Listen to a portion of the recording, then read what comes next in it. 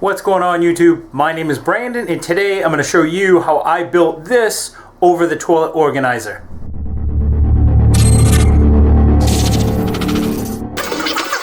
I'm building this for my daughter. It's going to be a bathroom organizer, and what it's going to do, it's going to straddle the toilet. Now, that first line I made was 5.5 feet. This line here is 12 inches. So the bottom of this leg is going to be 12 inches away from the wall, and it's going to be 5.5 feet tall. So there I'm just marking the angle at the bottom, and that's going to be the angle for the top, and then I'm just transferring it over using my framing square. Now you could use a chop saw to do this if you wanted to. I do later in the video use a chop saw, but right now all I'm doing is speed cutting using a speed square and a circular saw. And that clamp that you just saw me put on there, that's just so I can hold the angle on my speed square and I can just repeat the angle over and over. So there are two legs. I'm going to make my first leg, which you see me doing here, and then I'm going to make a second leg by using the first one as a template. There, so that's kind of how it's going to go. So this side will be leaning against the wall, and then there'll be some shelves, and then you got the bottom. So now that we have a pattern for the first one and we know it's right, now I can transfer that onto the second one. Then I'll just clamp everything down so it makes it easier. It's not sliding all around when I'm trying to cut it with that circular saw. Then I can just begin cutting out the second one, and hopefully if we do it right, it'll look just like the first. There, now we've got a left side and a right side. Now we just got to start working on the shelves. You know, a lot of people think that to do a good job, you got to have real expensive tools, or you got to have certain tools. You know, you got to go out and spend $500 on a chop saw. That's not true. When I started out many years ago, I started out with very little, and most of the stuff I had was all junk. You can do a lot with just a circular saw and a speed square. Now here, look at the difference. Now I am using a chop saw, and I've got it set up with a stop, so it makes like production cuts.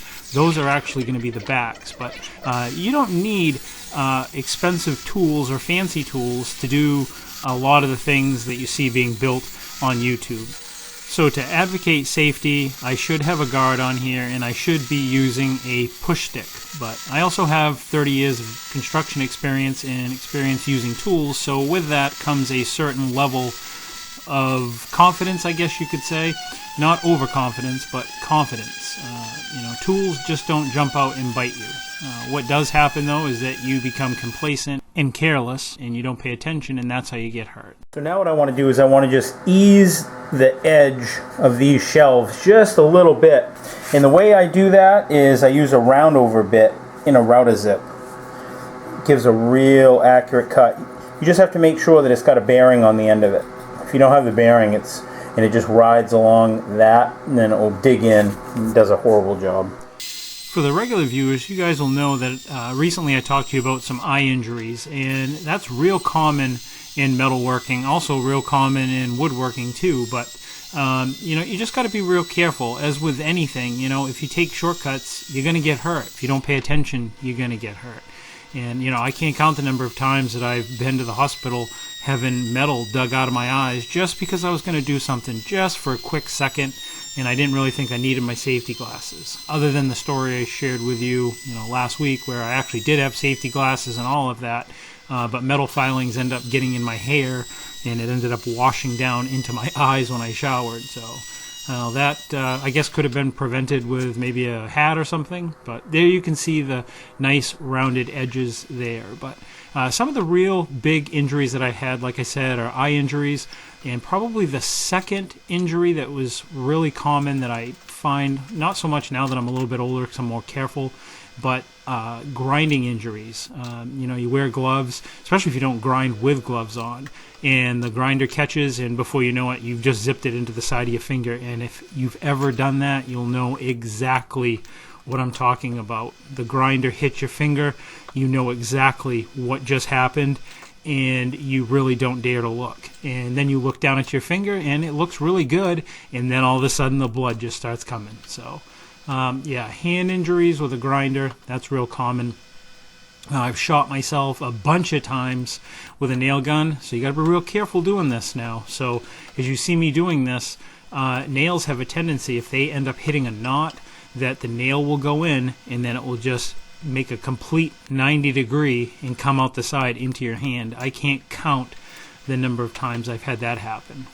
Actually, I've had that happen with a 16 penny nail, which is 3.5 inches long, and I buried one of those in my kneecaps once back when I was 18. That was a real treat.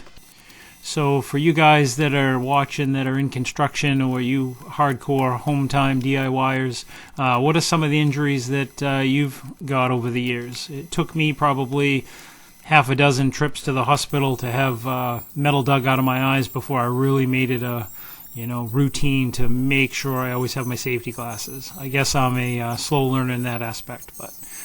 So now that I've got all 4 shelves put together and built, I'm just rounding over and radiusing the edges on all the surfaces, just so everything's nice and smooth. It'll feel good when you run your hand across it.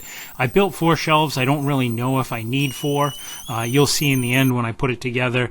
I put it together with just 3, but I also finished the 4th, just in case my daughter says that she wants one that's maybe a little bit closer. I don't know. But what I've done here is I've lifted the end a foot off the table. Remember, we wanted it a foot away from the wall.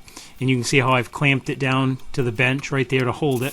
And now I'm just fastening it. I'm just pre-drilling and using some sheetrock screws, but when I finish this, it's going to be finished with what's called a finish washer. It's just like a stainless steel ring, and I'm going to be using stainless steel screws. That way I don't have to worry about any rust, because it is going to be used in a bathroom. And now I'm getting ready to put on a clear polyurethane finish, and I'm just wiping everything down with a tack rag. I have that little Adirondack chair for my grandson, so I am also tack ragging that and getting that ready so that I can do both projects at the same time. Utilize my time the best I can. Now this is very similar to the metal rack that we built in a previous episode. I'll put a link up above and down in the description. But this being in a bathroom, I was thinking that metal really wouldn't be probably the ideal material unless it was stainless steel. But next week we have a cool metalworking episode, so make sure you tune in next week for that. And here it is, guys. What do you think of this? This will go over the toilet in the bathroom. I think my daughter's gonna love it. And that's all there is to it, guys. I want to thank you for watching. Thank you guys for tuning in. Stay tuned next week where we are going to do some modifications to this metal rack. If you haven't seen that episode, I'll put a link up above. And if you want to find out what I'm working on before it makes it up to YouTube, you guys can check me out on Facebook and on Instagram. I'll leave the links down below. Until next week, guys, I will see you then. Stay safe. Have a good week. Bye.